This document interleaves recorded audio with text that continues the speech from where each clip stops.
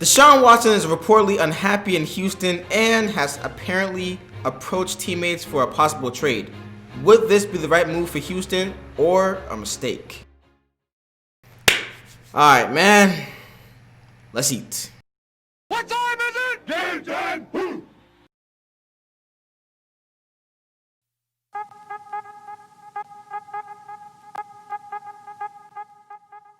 What's going on, everybody? It's your boy Edwin, aka King Jollof, and we are back again, this time in Houston, where we have some news regarding Deshaun Watson and the Houston Texans. He's unhappy. He's mad. He's upset. The Houston Texans' main guy, their franchise face, the QB number one, the locker room leader, is unhappy because of the lack of involvement that Houston promised him in terms of finding a new GM. So, guys, Deshaun Watson was apparently told that by the owner, Kyle McNair, that he would be involved in the process of finding a new GM for this team that has pretty much underachieved, have been terrible last season after being left with a muck from Bill O'Brien. But that didn't happen, and they found out about the hiring of new GM Nick Cassiero through Twitter. Now that's funny because Deshaun Watson found out about D-Hop getting traded to Arizona through Twitter as well too. You see the trend here I'm talking about? It's crazy.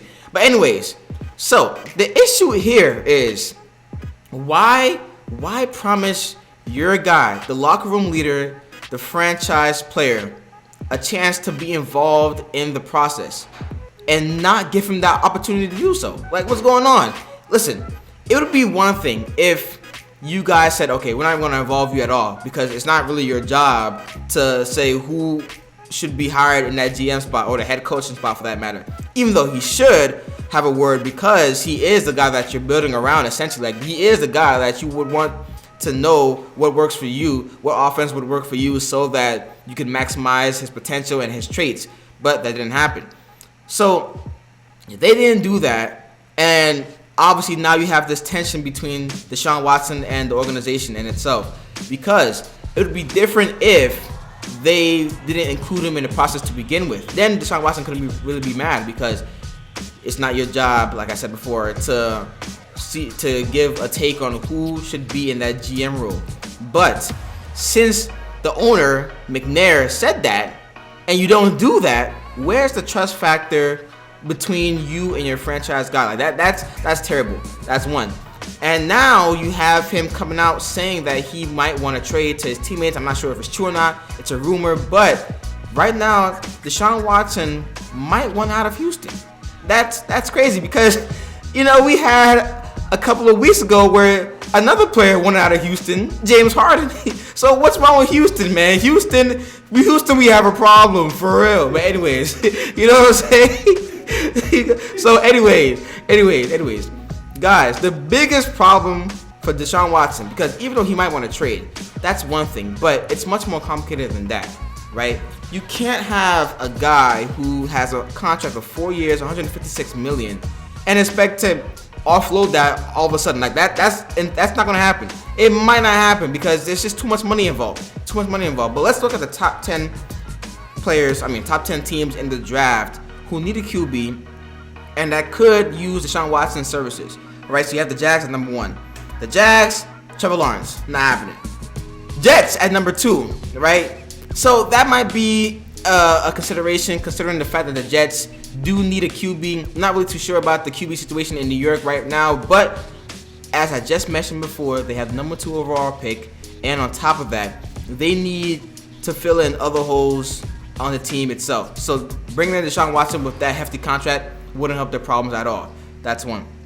All right, then you have the Falcons. Maybe if they don't really believe in Matt Ryan, I guess you could say that, but think about it this way. The Falcons have a top 5 pick for the first time in a long time. A top 10 pick for the first time in a long time. So they could go the route of drafting a QB this year, or just saying, okay, well, we have Matt Ryan and he did all right last year, so we'll just keep him. We don't really need Deshaun Watson right now because we have options. And last but not least, we have the Cowboys. So these 4 teams, I think, are in the best situation in the top 10 of the draft at least that need a QB. And the Cowboys is probably the most interesting team right now because it's not really a guarantee that you get Dak back, right? It's not a guarantee that he would want to sign back. That's one, and two, that you would want him to come back.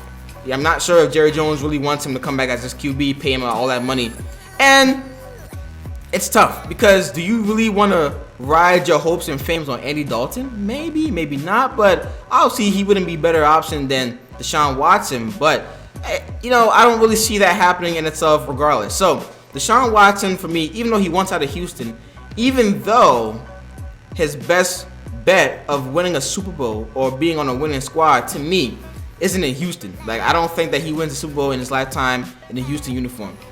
Right now, I would say the best bet would be for him to stay because two things. One, the new GM, Nick Cassiero, didn't come here to trade you. Like, that's not going to happen. He's not going to get the GM job and then come in and automatically trade the NFL's leading passer last year. That's not going to happen. That would be stupid. In my opinion, that would be a terrible move to do. Doesn't matter what type of rebuilding project you're doing. Listen, you keep this guy. Deshaun Watson is one of the best young talents in the NFL. You keep him at all costs, in my opinion. That's one. And two, his contract is huge. It's hefty. And actually, another point. Three, they don't even have a head coach yet. So Deshaun Watson, just wait it out. You have a young, bright future, a young, bright career ahead of you. So listen, the head coach would come in, and I'm not gonna say things would change within one season, but he could come in and could change the mentality of the team, to change the whole locker room of the team itself. And on top of that, maybe things change, maybe things go better. You never know.